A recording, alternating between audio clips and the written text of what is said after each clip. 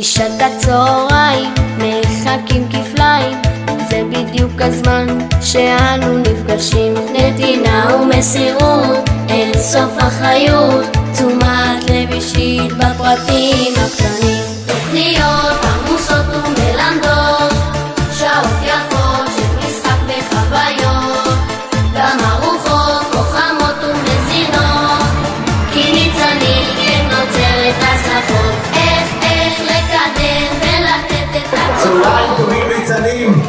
מחלקת ניצנים גודלת. אנחנו הגענו השנה ל-35,000 ילדים שנמצאים בצהרונים של ניצנים.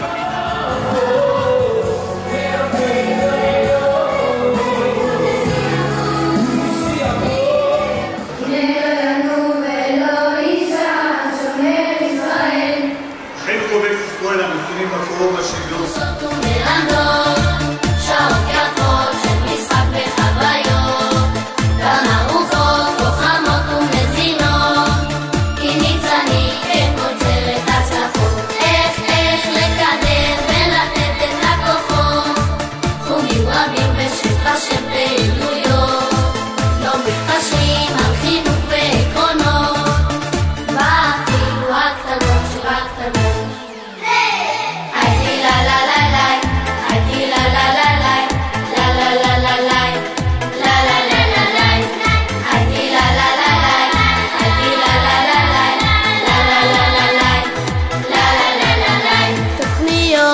עמוסות ומלמדות, שעות יפות של משחק וחוויות, גם ארוחות חכמות ומזינות,